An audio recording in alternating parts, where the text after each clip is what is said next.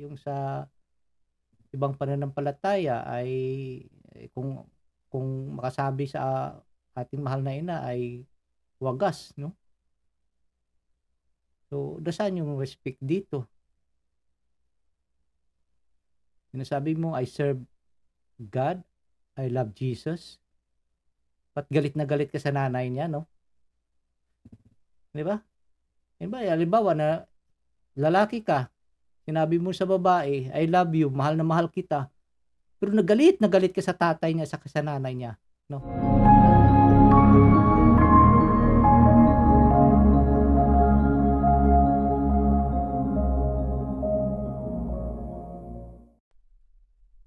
In the name of the Father, and of the Son, and of the Holy Spirit. Amen. Easter Prayer. Blessed are you, O Mary, silent witness of Easter. You, O Mother of the Crucified One, now risen, who at the hour of pain and death keep the flame of hope burning. Teach us also to be amongst the incongruities of passing time, convinced and joyful witnesses of eternal message of life and love brought to the world by the risen Redeemer. In the name of the Father, and of the Son, and of the Holy Spirit. Amen.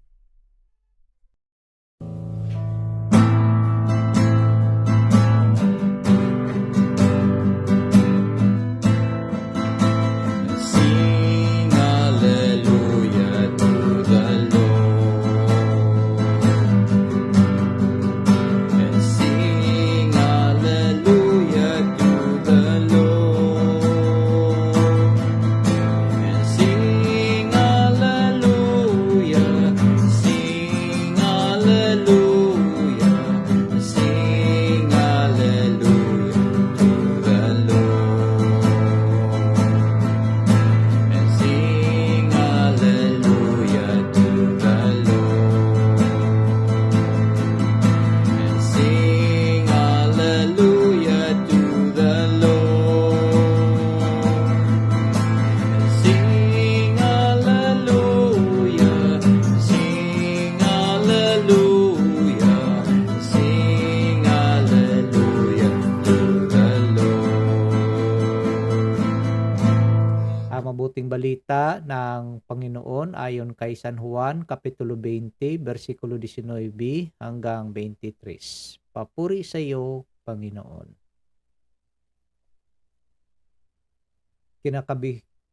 Kinagabihan ng linggong ding iyon, ang mga alagad ay nagkakatipon, nakapinid ang mga pinto ng bahay sa kanilang pinagtitipunan dahil sa takot nila sa mga Hudyo. Dumating si Jesus at tumayo sa gitna nila. "Sumainyo ang kapayapaan," sabi niya. Pagkasabi nito, ipinakita niya ang kanyang mga kamay at ang kanyang tagiliran. Tuwang-tuwa ang mga alagad nang makita ang Panginoon. Sinabi na naman ni Jesus, "Sumainyo ang kapayapaan. Kung paanong sinugo ako ng Ama, gayon din naman sinugo ko kayo." Pagkatapos sila'y hiningahan niya at sinabi, "Tanggapin ninyo ang Espiritu Santo. Ang patawarin ninyo sa kanilang mga kasalanan ay pinatawad na nga. Ang hindi niyo patawarin ay hindi nga pinatawad." Ang mabuting balita ng Panginoon. Pinupuri ka namin, Panginoong Hesukristo. Happy Pentecost Sunday po sa ating lahat at happy birthday sa ating simbahan. Una-una po sa lahat, ako po'y nagpapasalamat sa ating poong may kapal sa mga oras na ito na ipinagkaloob niyo po sa atin upang tayo po ay makapagbahagi ng kanyang mabuting balita. So, kamusta po mga kapatid? Today is a very important day para sa ating lahat. Kapistahan or birthday ng ating simbahan. Diba mga kapatid? But before that, ako po'y nagpapasalamat sa lahat nating na mga masugid na mga taga-subaybay, sa lahat ng ating mga subscribers, sa lahat ng mga tumatangkilik sa ating munting gawain na ito, sa ating munting channel na ito. Marami pong salamat sa inyo. Please share our videos at lalo-lalo itong mga ating pagninilay sa araw na ito. Ang araw na ito, no, sa nasabi ko na ay magsaya tayo dahil ito po'y kapanganakan or ano sabi nating ng birthday, no, ng ating simbahan. Tayo po'y maggalak dahil sa araw na ito ay nagsimula ang malawakang pagpalaganap ng kaligtasan, no, nating lahat. Pag-ahon sa atin ng ating Panginoon sa mga kasalanan, no. So the Spirit of Truth ay pinadala niya para po tayo ay gabayan, no. But ibibigay ko po sa inyo muna, no, yung the 7 gifts, no, of the Holy Spirit. So number 1, ito po yung wisdom, no? And then pangalawa, ito po yung understanding. Pangatlo, counsel. Pang-apat, fortitude. Pang-lima, knowledge. At pang-anim, piety. At yung pang-pito ay fear of the Lord. So ito po yung 7 gifts of the Holy Spirit. Now, bigyan natin ng emphasis ito, no, or diin, kunting diin yung 7 gifts, no. So nabanggit ko na kanina, yung una ay yung wisdom. But before natin i-expound ito a little bit, ito bang 7 gifts na nabanggit of the Holy Spirit ay pinapractice ba natin or nasa sarili ba natin ito? Ino-observe ba natin ito? Ina-apply ba natin ito? Yun ang mga katanungan, no? Like for example, this wisdom. Ano ba ang wisdom? Is the ability to judge properly and discern what is true or right. So sometimes, hindi ako na nakaiskapo dito because there were times na sa family, lalo na sa trabaho, yung bang pag nakita mong isang bagay o may sinabi lang siya, automatic nagda-judge ka pro iba. Yung bang hindi mo pa alam mo na yung kung ano ang dahilan, nagda-judge na tayo kaagad without discernment kung ano ba yung nakita natin o narinig natin, tama ba o hindi. So, dito sometimes, pinupush tayo dito na makagawa tayo ng kasalanan. Dahil, yun nga, makapagsabi tayo ng mali, ng hindi maganda. So, dapat itong wisdom na ito ay ating i-practice, no, i-ano natin sa ating sarili, no? Para po tayo ay maiwas na magkasala sa pagsabi ng hindi maganda, sa pag-iisip ng hindi maganda. So itutuloy ko yung ating expound, munting expound sa ating 7 gifts of the Holy Spirit. So dito na tayo sa understanding. So understanding a spiritual gift that appears in the book of Isaiah. So, simple lang ito, no? Kung maintindihan din natin, understanding is a very simple word, no? But, mahirap ito gawin minsan. Lalo na pag nagtatalo tayo sa ating mga kapatid o kapwa o kilala. Itong understanding, hindi ito mai-apply. Dahil minsan nagpapataasan na ng boses, nagpapataasan ng talino o ano man Kaya itong understanding minsan ay hindi natin may apply kung tayo po'y nagbabangayan. But then, napaka-importante ito na yung pang-unawa natin sa bawat isa, no? Unawaan natin ang paligid natin para hindi tayo ibang mai-divert ang ating sariling pang-unawa at pagtingin sa isang tao. And then pangatlo, counsel. A spirit gift, our spiritual gift that appears in the book of Isaiah also. So, counsel, so masasabi natin na yung pagpayo mo ba, yung, di ba, may humingi sa iyo ng payo, counseling, di ba? Ang payo mo ba ay tama na ikakabuti ng tao o lalo pa siyang sasama or ikakapahamak pa niya? So ito, kung titingnan natin, ano rin ito masasabi natin parang simple na ano lang, na words lang. But din nakasalalay din dito yung kapakanan ng iyong sarili at ng iyong kapwa. And then the fortitude is the ability to overcome fears, stand up for what is right, and accept rejection, verbal abuse, or physical harm.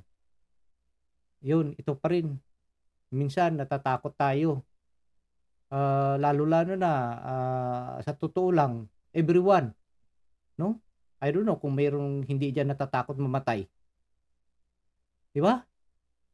Tayo natatakot dahil minsan inaalala pa natin yung pamilya natin, may mga bagay pa tayong dapat gawin. Pag nakasakit tayo, naalala natin, mamamatay na ba ako o ano dahil sa sakit kong ito. Kaya itong bagay na minsan ay malagay tayo din sa sa yung malalang sitwasyon dahil sa kakaisip.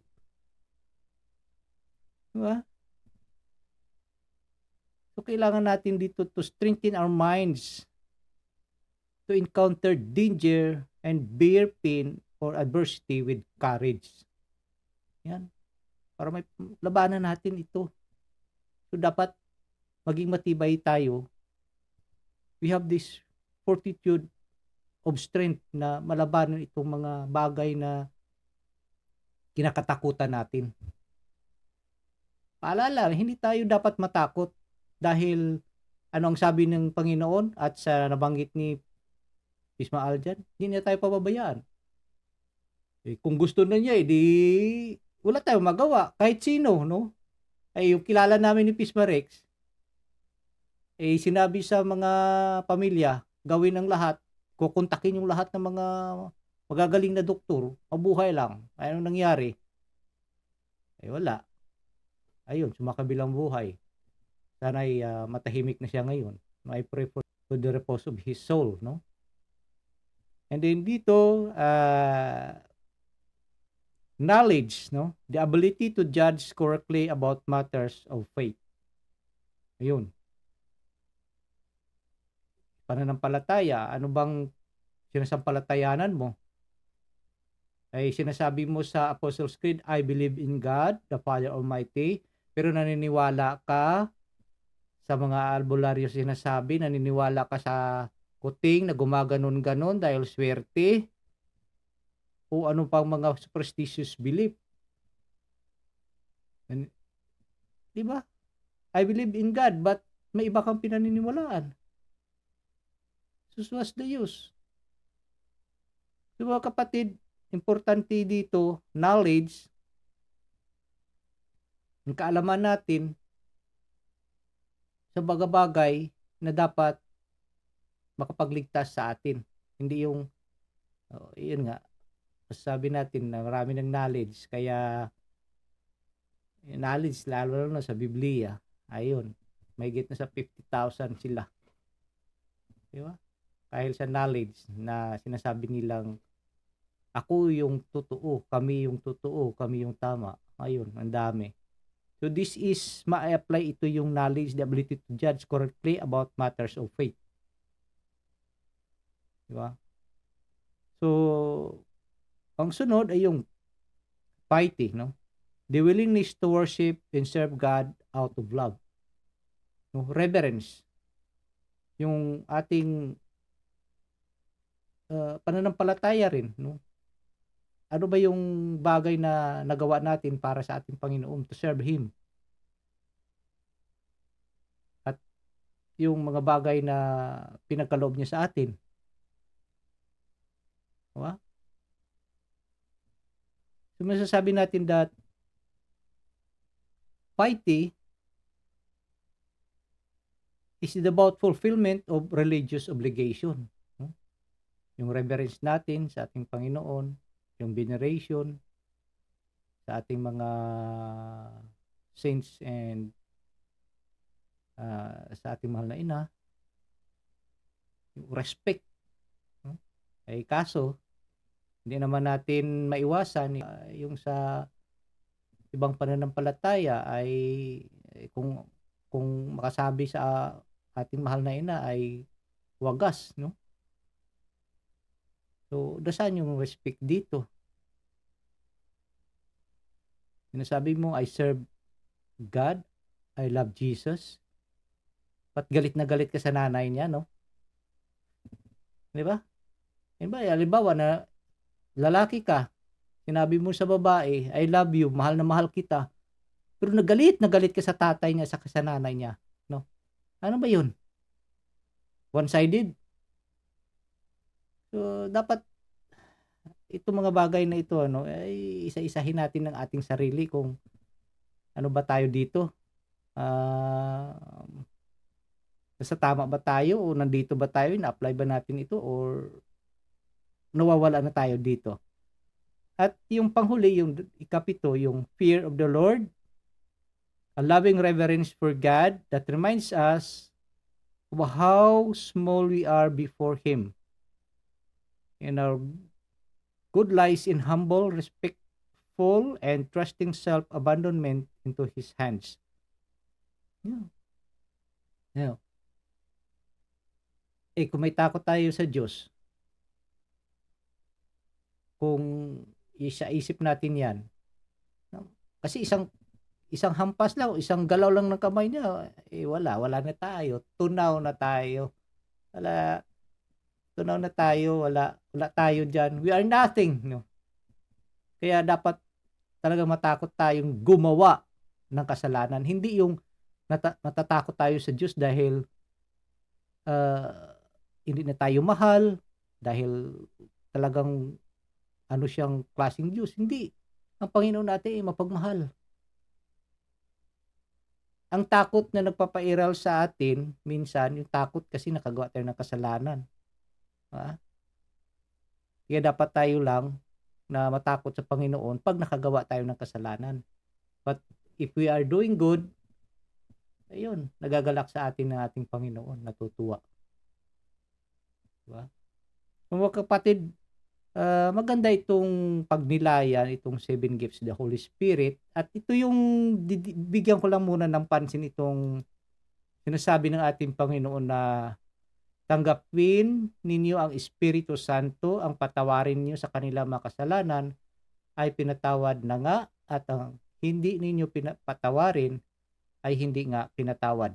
O see? So mga kapatid, may pinatawad ba tayo? Alalahanin natin, pag hindi tayo nagpatawad, yung kasalanan na nagawa natin, hindi tayo papatawarin. At itong sacrament, no, na ibinigay ng Panginoon, the sacrament of reconciliation at pagpapatawad, di ba? Angkin natin ito when we confess our sins, so we go to confession. So, sana naway, on this day, birthday ng ating simbahan, Pentecost Sunday, ang banal na Espiritu ay bumaba para sa atin, para gabayan tayo. Sana ang 7 gift, the 7 gifts of the Holy Spirit, ay isa-isahin natin, no? Titingnan natin kung tayo ba ay naka-align pa dito o may isang bagay na o isang gift dito na parang iniiwasan natin. So mga kapatid, sana nawa itong ating banal na Espiritu ngayon, sa araw na ito ay strengthen us at gabayan tayo para sa tamang landas ng ating buhay. So yan po, marami pong salamat at sa lahat ng mga sumusubaybay at sumama sa atin sa YouTube saka sa Facebook, sa magsi-share, sa mag-view ng ating video, sa ating pagnilay na ito. Marami pong salamat sa inyo. Sa araw na ito, may dalawang sacrament tayo na ibinigay, no, ng ating Panginoon, the sacrament of ordination at yung sacrament ng reconciliation. Diba? Yung pag-ordin, yung banal na espiritu yung nag-ordin sa mga apostolis na tinataglay ngayon ng ating mga obispo ng down sa ating mga kaparian. At saka yung pagpapatawad, yun, sacrament of reconciliation. So sa muli, happy birthday sa ating inang simbahan, sa ating pong lahat. Happy Pentecost Sunday. Sana naway ang banal na espiritu, ang apoy ng pagmamahal, ang gabay ng banal na espiritu ay nasa ating pong lahat sa araw-araw nating buhay. Ilayo po tayo, dependihin niya po tayo sa anumang kapahamakan, lalo na ang membro ng ating pamilya. So marami pong salamat at huwag lang po nating kalimutan na kumapit lang po sa patalim ang salita ng ating Panginoong Hesukristo. Marami pong salamat at God bless po everyone. Manalangin po tayo. Sa ngalan ng Ama, ng Anak, ng Diyos Espiritu Santo. Amen. Spirit of wisdom and understanding, enlighten our minds to perceive the mysteries of the universe in relation to eternity. Spirit of right judgment and courage, guide us and make us firm in our baptismal decision to follow Jesus' way of love. Spirit of knowledge and reverence, help us to see the lasting value of justice and mercy in our everyday dealings with one another. May we respect life as we work to solve problems of family and nation, economy and ecology.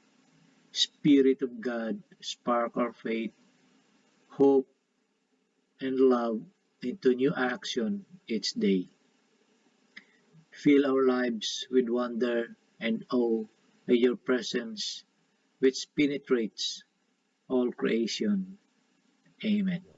Sa ngalan ng Ama, ng Anak, ng Diyos Espiritu Santo. Amen.